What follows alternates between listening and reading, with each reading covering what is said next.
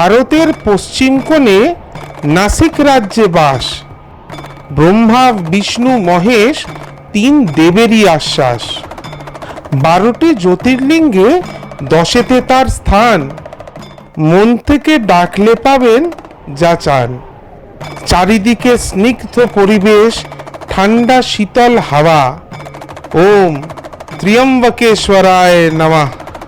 হর হর মহাদেব।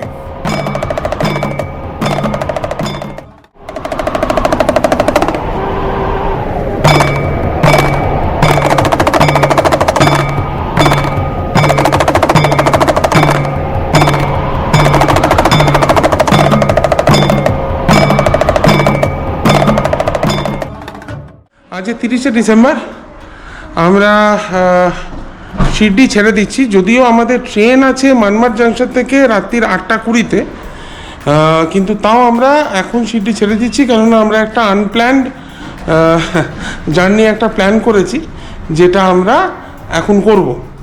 তো কি জার্নি করব না করব সেটা তো ক্রমশ প্রকাশ্য। তার আগে আমি নিতিনজির সঙ্গে তোমাদের আলাপ করে দিই। ইনি হচ্ছেন নিতিনজি, মানে সাই রামানন্দ হোটেল, যেখানে আমরা এই কদিন ছিলাম সেই হোটেলেই ইনি থাকেন।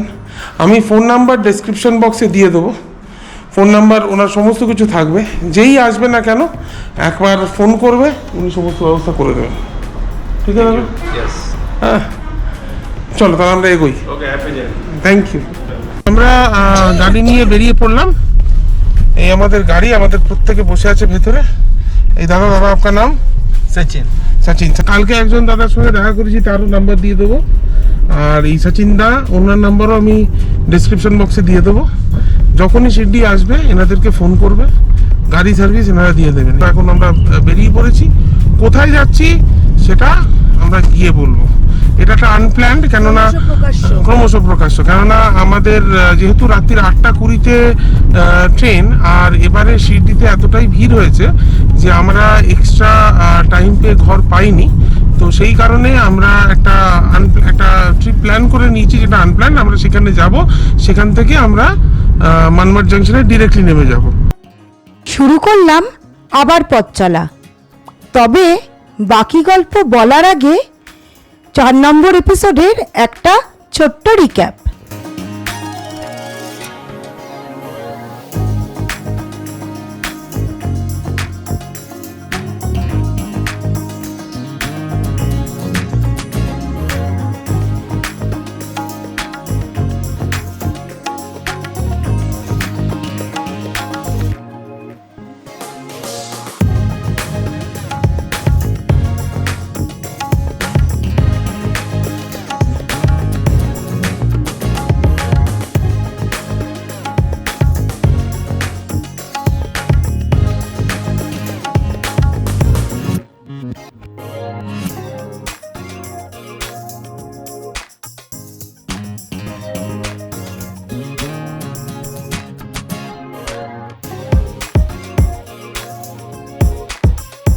আগের এপিসোডটা দেখা যদি না হয়ে থাকে তাহলে ওপরের আই বাটনে এবং নিচের ডেসক্রিপশন বক্সে লিংক দিয়ে রাখলাম।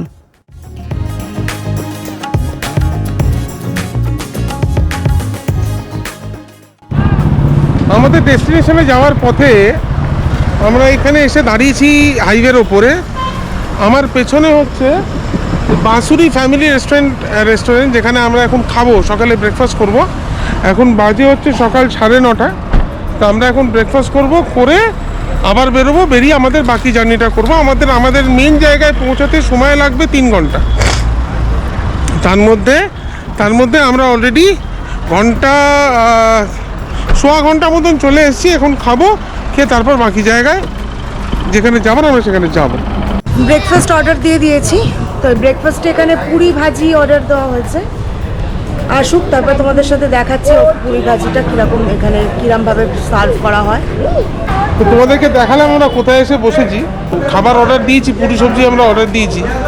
আসুক, সেই খাবারগুলো আসুক, এসে খেয়ে বলি তারপর কেমন খেতে, তাহলে তোমাদের জন্য এটা ভালো হবে। আমরা যেখানে যাচ্ছি সেই পথে তাহলে তোমরাও এখানে এসে ঠিক করে খেতে পারবে। দাম মোটামুটি ঠিক আছে, রিজনেবলই আছে, আমাদের সেরকম বেশি কিছু নেই। ব্রেকফাস্টের প্রচুর অপশান আছে, স্যান্ডউইচ আছে, ধোসা আছে, স্যান্ডউইচ আছে, ধোসা আছে, ইডলি আছে, বার্গার আছে, পুরি সবজি আছে, সিঙ্গারা আছে, অনেক অপশান আছে। তো তোমাদের যেটা মনে হয় সেটা তোমরা নিতে পারো। মোটামুটি মনে তো হয় এখানে প্রচুর লোক খাচ্ছে, মনে তো হয় ভালোই টেস্ট, তাহলে তো এত লোক খেতো না। তাও আমরা একবার খেয়ে নিয়ে দেখি কেমন খেতে। আমাদের ব্রেকফাস্ট এসে গেছে, চলো দেখাই তোমাদের ব্রেকফাস্টটাকে। এটা হচ্ছে পুরি, এটা হচ্ছে ভাজি, সঙ্গে 2 টুকরো পেঁয়াজ, 1 টুকরো লেবু। কে খাচ্ছে? আচ্ছা, কেমন খেতে টেস্ট? দারুণ, দারুণ। প্রতিটা লুচি মঞ্চ আছে। আচ্ছা, ভালো। কেমন খেতে? খুব ভালো। আচ্ছা, চা কি এখন আনবো না পরে? দিয়ে দিন না চা। দিয়ে দিজে। তো খাবার রিভিউ তো পেয়েই গেলে। এখানে সব গরম খাবার সার্ভ হচ্ছে। আর একটা জিনিস হচ্ছে, আমরা কলকাতায় ময়দার লুচি খেয়ে অভ্যস্ত, এখানে কিন্তু লুচি পুরোপুরি আটা। যাই হোক, এনিওয়ে পুরি বলে না লুচি বলে যায় না, বাট এখানে আটার জিনিস। আর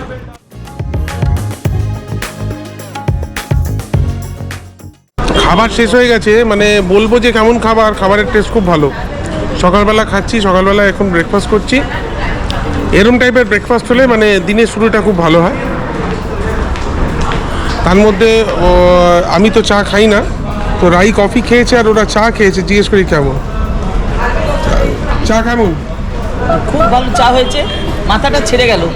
কফি? চা কফিটা খুব ভালো, গলায় ব্যথা ছিল, আরাম লাগলো গলাটায়। কেমন লাগলো আপনার চা খাওয়া দাওয়া? খুব ভালো, বাকি খাওয়া দাওয়া দাওয়া? খুব ভালো, খুব সুন্দর। আচ্ছা, ওই যে আরেকজন ওখানে, এই তুই কি খালি? আমরা ব্রেকফাস্ট করে আবার বেরিয়ে পড়েছি। তো यहाँ से कितना टाइम लगेगा दादा? 1 घंटा। হ্যাঁ।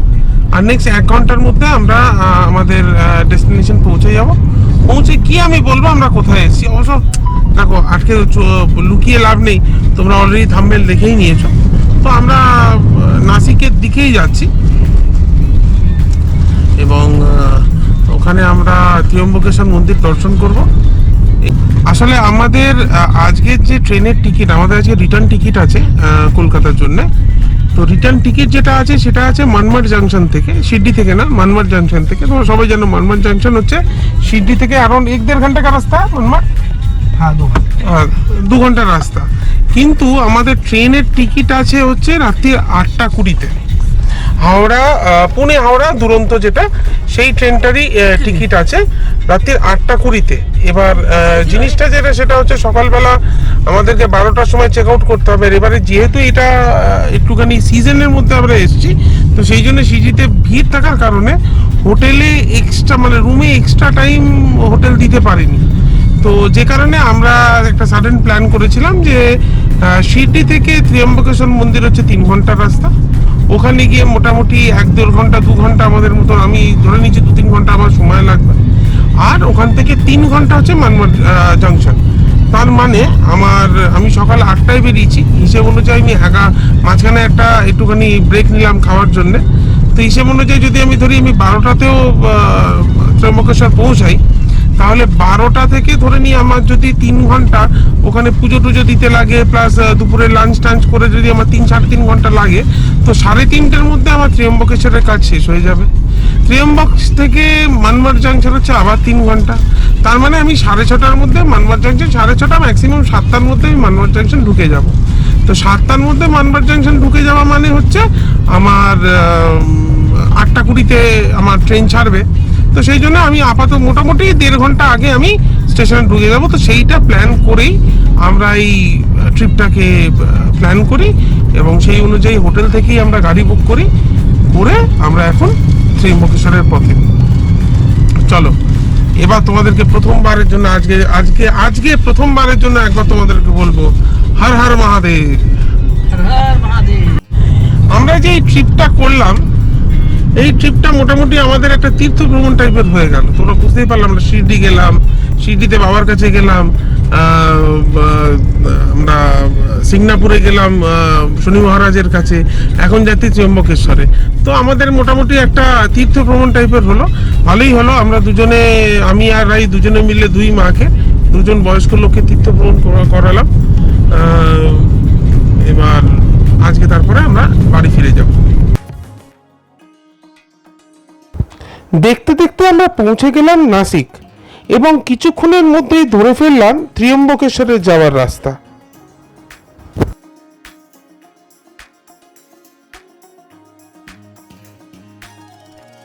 पवन तने संकट हरन मंगल मूर्ति रूप राम लखन सीता सहित हृदय वसहु सुरभूप। ভাবছো তো কেন এই কথাগুলো বললাম? এই পাহাড়টা দেখো, এটা হচ্ছে অঞ্জনারী পর্বত। এই স্থানেই জন্ম হয়েছিল মহাবলী সংকটমোচন হনুমানজির। এবার সময় কম, তাই ওপরের মন্দিরটা দেখানো গেল না, কিন্তু এর পরের বার তোমাদেরকে পাহাড় ট্রেক করে মন্দিরটা দেখাবো।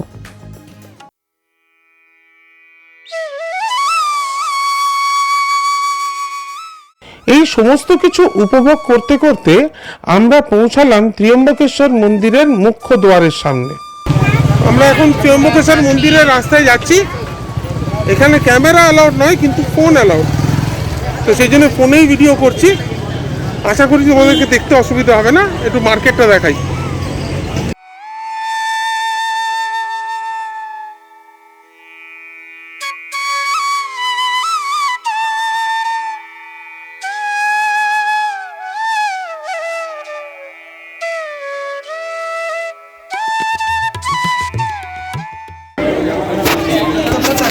এই আমার পেছনে হচ্ছে সুস্বাদু, আর তার এই সাইডে হচ্ছে এখানে 200 টাকা দিয়ে ভিআইপি টিকিট কাটা যায়। তো এই দুটো কেটে আমরা মন্দিরের ভেতরে যাব। তো চলো আগে এগুলো কেটে নিই।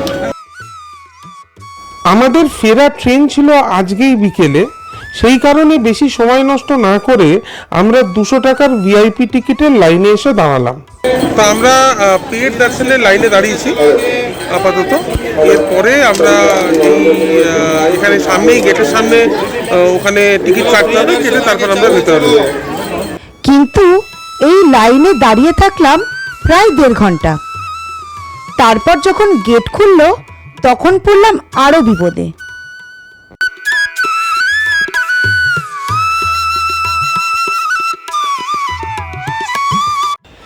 বিনা কারণে একে অপরকে ধাক্কা দিয়ে মানুষের উন্মাদের মতন ছুটোছুটি। আমার সাথে আমার ছোট মেয়েটা ছিল, তাকে কোনোভাবে গার্ড করতে করতে এগোতে লাগলাম। আর মনে মনে ভাবলাম, ভাগ্যিস মাকে নিয়ে আসিনি, তাহলে কি প্রবলেমেই না পড়তাম। পুলিশ, মন্দির কর্তৃপক্ষের লোক থাকা সত্ত্বেও কেউ কিচ্ছু দেখছে না, কারোর কোনো তাপ উত্তাপ নেই। রাইয়েরও তার মাকে নিয়ে সামলাতে গিয়ে আমারই মতন অবস্থা। এরপর 200 টাকার টিকিট কেটে মন্দিরের মূল দরজা পার করে গিয়ে পড়লাম আরও এক জনসমুদ্রে। আজকে আমাদের ট্রেন ধরতে পারবো তো? পিড লাইনেই যদি এই অবস্থা হয়, তাহলে অন্য লাইনের কি হবে? ত্র্যম্বকেশ্বরের লাইনে মারাত্মক অবস্থা। মানে এখানে পৌঁছেছি 12টা, এখন বাজে 1:45, 2 ঘন্টা হয়ে গেছে। এখনো যা লাইন আছে তাতে আরো ঘন্টাখানেক লাগবে।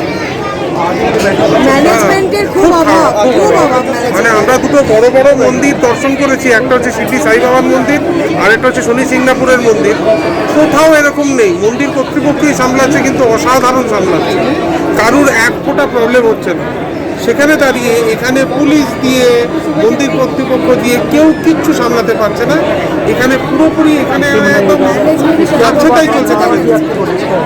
আমরা দেওঘর মন্দিরেও গেছি, ওখানেও কিন্তু ভিড় আছে, কিন্তু এরমভাবে কিন্তু এরম অবস্থা হ্যারাসমেন্ট নেই। এখানে মারাত্মক হ্যারাসমেন্ট হচ্ছে, এই একটা জিনিস। আপাতত এসে লাইনে দাঁড়িয়েছি, এখানে বসার জায়গা করা আছে, সামনে মন্দির দেখতে পাচ্ছি, কিন্তু মন্দিরের ফটো এখন ওদেরকে দেখাতে পারবো। দেখি যত তাড়াতাড়ি সম্ভব মন্দিরের ভিডিও দেখাচ্ছি। ভেতরে তো ভিডিও করতে পারবো না, বাট দেখাচ্ছি। আমরা দুজনে ভিড়ের মধ্যে বসে আছি, আর তো খুব ভিড়, তাই না?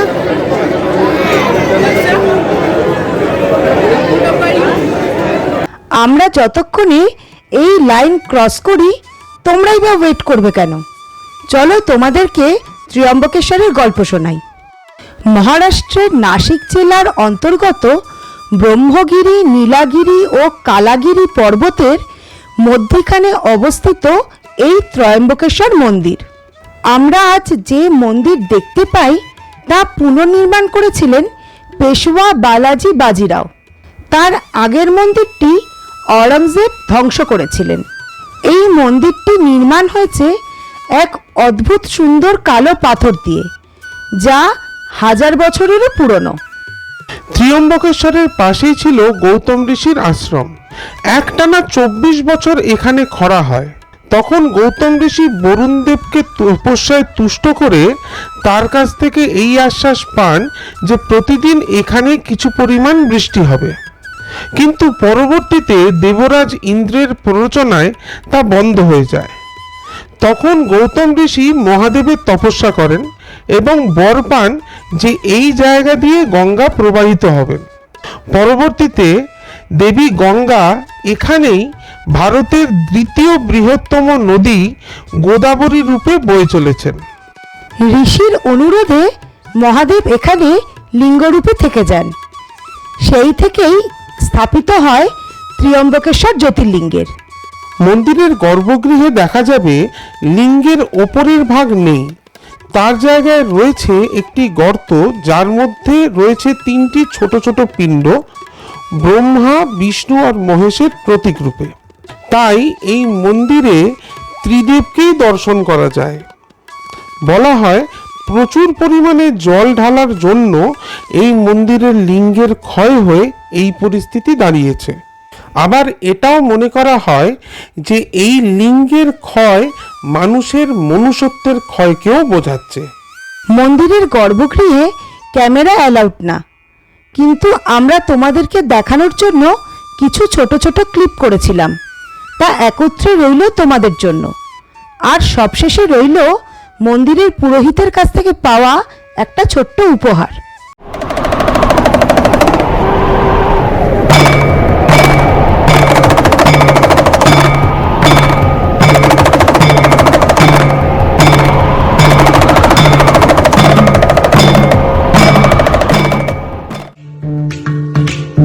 गंगाधराय शिव गंगाधराय हर हर भोले नमः शिवाय शिव गंगाधराय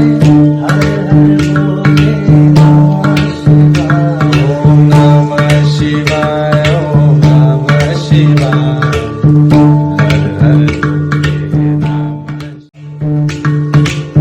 गंगाधराय शिव गंगाधराय हर हर भोले नमः शिवाय शिव गंगाधराय हर हर भोले नमः शिवाय ओम नमः शिवाय हर हर त्र्यम्बकं यजामहे सुगन्धिं पुष्टिवर्धनम् उर्वारुकमिव बन्धनान् मृत्योर्मोक्षीयमामृतात्। ত্র্যম্বকেশ্বর মন্দিরে পুজো দিলাম, মানে ঢুকেছি তখন বাজে 12টা, বেরোলাম তখন বাজে 3:30। 3.5 ঘন্টা লাগলো, জাস্ট বিকজ আমার এখান থেকে মানমাটের ডিস্টেন্স কম বলে এই রিস্কটা আমি নিতে পেরেছি। যদি তোমাদের ট্রেন অন্য কোথাও থেকে থাকে, নাসিক, মানমাট বা শিরডি, এই 3টে জায়গা ছাড়া যদি অন্য কোথাও থেকে ট্রেনের টিকিট থাকে বা কিছু থাকে, প্লিজ এই রিস্কটা নিও না। আর একটাই কথা বলবো, আমি যেমন শিরডিতে বলেছি, যেমন সিঙ্গাপুরে বলেছি যে বয়স্ক লোকেরা হাঁটতে পারে না, তাদেরকে নিয়ে এসো। এখানে যদি বয়স্ক লোক হাঁটতে না পারে, প্লিজ দয়া করে কাউকে জোর জবরদস্তি এনো না। তার কারণ হচ্ছে যে অবস্থাটা ভেতরে হয়ে আছে, আমি জানি না এটা শনিবার বলে নাকি পরে হলে ঠিক হয়ে যাবে, আমি জানি না, কিন্তু যে অবস্থা হয়ে আছে তাতে কিন্তু মানে খুব কষ্ট হবে বয়স্ক লোক আর বাচ্চাদের খুব কষ্ট হবে। প্রচন্ড ভিড় হয়ে আছে, প্রায় মানে লক্ষ লক্ষ মানুষ আজকে ইয়েতে গেছে।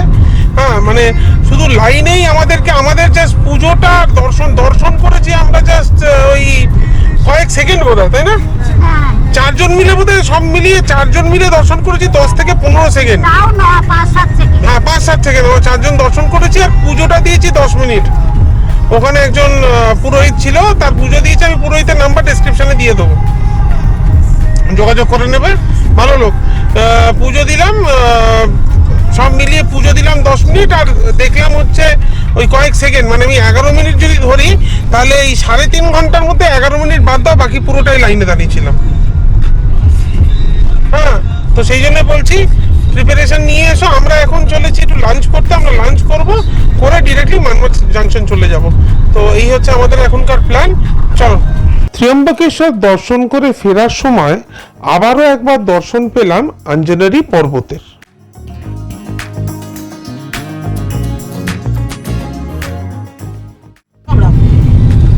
ত্র্যম্বকেশ্বর থেকে বেরিয়ে ওখান থেকে মিনিট 20 মতন গেলে বাঁ হাতে, সরি ডান হাতে একটা রেস্টুরেন্ট পড়ে, সংস্কার বলে, খুব পরিষ্কার পরিচ্ছন্ন রেস্টুরেন্ট। আমরা ওখানে গিয়ে একটুখানি ওয়াশরুম ইউজ করলাম, করে ওখান থেকে খাবার প্যাক করে নিলাম। খাবার নিলাম হচ্ছে আমরা এই ভেজ চিজ স্যান্ডউইচ আর তার সঙ্গে ফিঙ্গার চিপস। তো এইটা আমরা খেতে খেতে এখন গাড়িতে আমরা বেরিয়ে চলে যাব। হিসেব অনুযায়ী আমাদের সময় লাগবে 2.5 ঘন্টা মতন। তো ওই 7টার মধ্যে আমরা মানমাড জাংশন পৌঁছে যাব। চলো।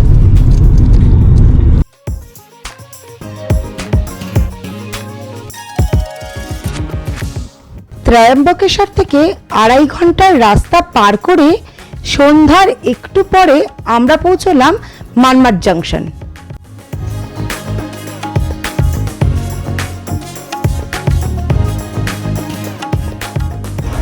তো ত্র্যম্বকেশ্বর করে প্রায় 3 ঘন্টার গাড়ির জার্নি করে আমরা এসে পৌঁছেছি মানমাড জাংশন। এবং 3 ঘন্টা বললে ভুল হবে, টোটাল সকাল 8টা থেকে প্রায় 11-12 ঘন্টা জার্নি করেছি আমরা টোটাল। সকাল 8টা থেকে এখন 11 ঘন্টা মতন জার্নি করেছি। 8টা না, 8:15 থেকে 11 ঘন্টা, পাক্কা 11 ঘন্টা। পাক্কা 11 ঘন্টা।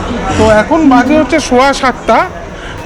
ট্রেনের এক্স্যাক্ট টাইম ছিল 8:17 ঢুকবে, 8:20 ছাড়বে, কিন্তু আপাতত যা রিপোর্ট আছে সেই অনুযায়ী ট্রেন ওই আপনার তোমাদের 15 মিনিট মতন লেট আছে। Train 15 minute late. Train 2 number প্ল্যাটফর্মেই আসবে। আমরা এখানে এসে গেছি আমাদের লাগেজটাকে সমেত। এরপরে আমরা ট্রেনে উঠবো, উঠে তারপরে আমাদের জার্নি শুরু হবে কলকাতার দিকে। একটাই আশা করছি, মানে যাতে কলকাতাতে ট্রেনটা টাইম মতন পৌঁছায়, আর কিছুই না। ট্রেন পৌঁছাবে 31 তারিখ রাইট টাইম 8:15। এবার দেখা যাক কখন গিয়ে পৌঁছায়। তবে আমরা প্ল্যাটফর্মে চলে এসেছি এবং প্রায় ঘন্টাখানেক আগেই চলে এসেছি, ঠিকঠাক সময় চলে এসেছি, মানে তাড়াহুড়ো হয়নি আর কি কারণ। শিরডি সাইনগর রেলওয়ে স্টেশনের সার্ভিস শুরু হয় 2011-12 সালে। তার আগে শিরডি যাওয়ার সবচেয়ে কাছের স্টেশন ছিল এই মানমাড জাংশন। এখান থেকে শিরডি যেতে সময় লাগে 1.5 ঘন্টা মতন। আর আমাদের ট্রেন ডাউন পুনে হাওড়া দুরন্ত রয়েছে এই স্টেশন থেকেই। আজ তাহলে এই অবধি, আসছি পরের এপিসোডে। ভিডিওটা যদি ভালো লেগে থাকে তাহলে লাইক, কমেন্ট ও শেয়ার করে দিও। আর চ্যানেলটাকে শুধু দেখে চলে যেও না, সাবস্ক্রাইব করে দিও, আর পাশে থাকা বেল বাটনটা ক্লিক করে দিও। টাটা।